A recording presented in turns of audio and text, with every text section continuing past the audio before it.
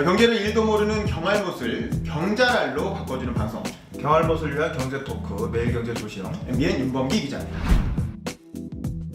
자, 오늘은 5번째 시간인데요. 오늘부터는 경제 현안과 함께 그동안 한국 경제사를 수놓은 경제 속의 인물 탐구도 같이 섞어서 진행해 볼까 하는데요. 조 기자님, 우리 한국 경제사의 대표적인 인물 하면 어떤 분들이 떠오르시나요? 네, 뭐 누구나 다 떠오르시는 그 두 분 이병철과 정주영 아니겠습니까? 그렇죠, 맞습니다. 그래서 오늘은 재계 1위이자 삼성을 글로벌 대기업으로 성장시킨 고 이병철 창업주 얘기부터 시작해 보도록 하겠습니다. 네, 근데 대한민국 사람 중에 호암 이병철을 모르는 사람이 있을까요? 저는, 네. 그럴 수도 있지만 네. 사실 요즘 10대들은 검색도 유튜브로 한다고 하잖아요. 그래서 우리 다음 세대들이 언젠가 지식 검색을 할 때 이병철을 찾아봤을 때 유익한 정보가 될 수 있도록 검증된 객관적인 사실 위주로 진행을 해보도록 하겠습니다. 이병철 회장 기본적인 사항부터 한번 알아볼까요? 네, 그렇습니다. 이 회장은 일제시대가 막 시작되던 1910년 경남 의령군에서 태어나셨습니다. 그리고 1987년에 돌아가셨으니까 향년 77세입니다.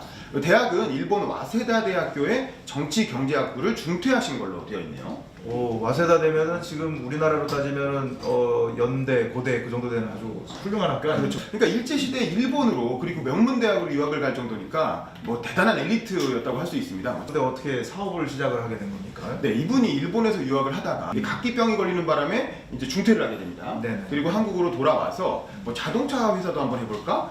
그리고 뭐 토지에도 투자를 해보고 원래 뭐 지주 집안이니까 그러다가 결국엔 1938년에 대구를 중심으로 이 첨가물과 소맥분, 그러니까 밀가루 같은 걸 유통시키는 삼성상회라고 하는 회사를 처음 차리게 됩니다. 그러면서 사업을 시작하는 거죠. 아, 지금으로 치면은 뭐 총각내 야채 가게 그런 게 유명하죠. 근데 총각내 야채 가게가 어쩌다가 이렇게 큰 회사가 됐는지 참 궁금하네요. 네, 그렇습니다. 이분이 해방된 뒤에는 1948년에 삼성물산공사라는 회사를 설립을 하고요. 또 1951년에 삼성물산, 그리고 53년에 제일제당, 그리고 54년에 제일모직 이렇게 다양한 분야로 진출하면서 점차 기업을 키워나가게 됩니다. 그렇게 잘 나가던 이병철 회장 그 승승장구하는 것처럼 보였는데 네네. 인생의 위기가 큰 위기가 한번 찾아왔다고 그러죠. 그렇죠. 제가 알기로는 그게 이제 1960년 5.16 군사 쿠데타 그 당시에 한번 위기를 맞았다고 그러는데 어떤 내용인가요? 네, 맞습니다. 이미 1961년 당시에 국내에서 가장 성공한 기업인 중 한 명이었던 이병철 회장은 5.16 세력에 의해서 부정 축제자 1호로 이제 또 지명이 됩니다. 근데 사실은 이런 위기를 기회로 바꾸는 능력을 또 발휘를 했는데요. 당시 일본에 출장 중이었다는데 급거 귀국을 해서 뭐 도망가거나 이런 게 아니라 네. 귀국을 해서 당시 박정희 국가재건 최고위 의장을 직접 만나는 거죠. 네. 그래서 단판을 지어가지고 재벌들 재산을 다 몰수할 게 아니라 한국 경제 건설을 위한 어떤 수단으로 활용을 하자, 뭐 이런 제안을 했다고 합니다. 아, 제가 알기로는 그때 탄생한 게 이제 전국 경제인 연합회 대기업 총수들이 모여서 자기들의 이제 미래 방향이라든지 어떻게 한국 경제를 잘 이끌어가야 될지 이런 걸 논의하는 자리, 정경련, 그렇죠. 그걸 만들었다고 제가 들었는데요. 네, 맞습니다. 당시에는 한국경제인협회라고 불렸다고 하는데요. 그 단체의 초대 회장을 맡게 됩니다. 그 이후로 이제 이병철 회장이 대한민국 대표 경제 경영인으로 이제 성공적으로 사업을 키운 걸로 알고 있는데 지금 뭐 세계 하드웨어 IT 업체 1위 삼성전자를 만든 것도 이병철 회장의 결단이었다고 제가 알고 있거든요. 네, 맞습니다. 특히 모두가 무모하다고 생각했던 삼성전자의 반도체 사업 진출, 이게 또 이병철 회장의 결단이었는데요. 놀랍게도 삼성전자가 1983년에 반도체 사업 진출을 결정하는데 그해 11월에 바로 미국, 일본에 이어서 세 번째로 64 KD램 개발에 성공을 했다고 합니다. 이건 일본도 6년이나 걸린 건데요. 정말 전무후무한 쾌거였다고 하고요. 결국 모두가 위험하다, 리스크가 너무 크다라고 반대했던 반도체 사업 진출이 지금 삼성뿐 아니라 한국 경제 전체를 하드 캐리하는 이제 그런 어떤 그 1등 공신으로 자리매김을 하게 된 거죠.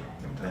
근데 이 회장이 특히 이런 기술을 발견하고 그다음에 신사업을 개척하고 이런 해안도 있지만 관리의 삼성이란 말처럼 조직 관리에 엄청나게 능한 분이었다고 제가 알고 있는데요. 네, 그렇습니다. 특히 치밀한 재정 관리 그리고 인사 관리로 오늘날 삼성의 조직력을 다졌다, 뭐 이런 평가를 받고 있는데요. 특히 이제 신입사원을 뽑을 때 우리 신입사원 뽑을 때 보면 마지막에 회장님이 같이 들어가시지 않습니까? 근데 이제 보면 직접 들어가고 그 당시 가장 유명한 역술인을 이제 점술가를 데리고 들어가서 같이 관상을 보면서 사람을 뽑았다고 합니다. 그 정도로 인재 선발에 각별한 신경을 썼다는 거죠.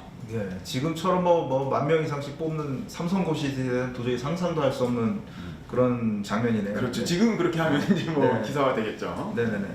그래서 미래를 보는 탁월한 안목, 네, 그다음에 사람을 보는 안목까지도 갖고 계셨다. 뭐 이렇게 볼 수 있겠는데요. 네, 그렇습니다. 이 첨가물 가게로 시작해서 음. 전자까지 네. 삼성을 다양한 이 제조업과 첨단 산업 분야로 몰아간 거. 네. 그거는 이제 이병철 회장의 이제 네. 공이라고 하지 않을 수 없겠습니다. 이병철 회장의 공이 있으면은 뭐 조그만 과도 있었다고 뭐 그렇게 알고 있는데 어떤 면이 있었을까요? 네, 아까도 말씀드린 것처럼 인재와 사고를 보는 안목이 탁월한 기업인이었고요.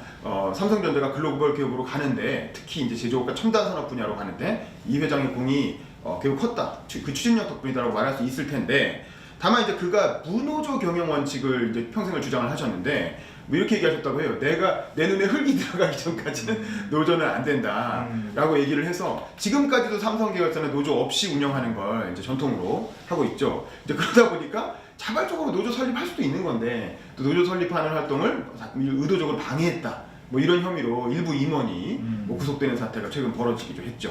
네.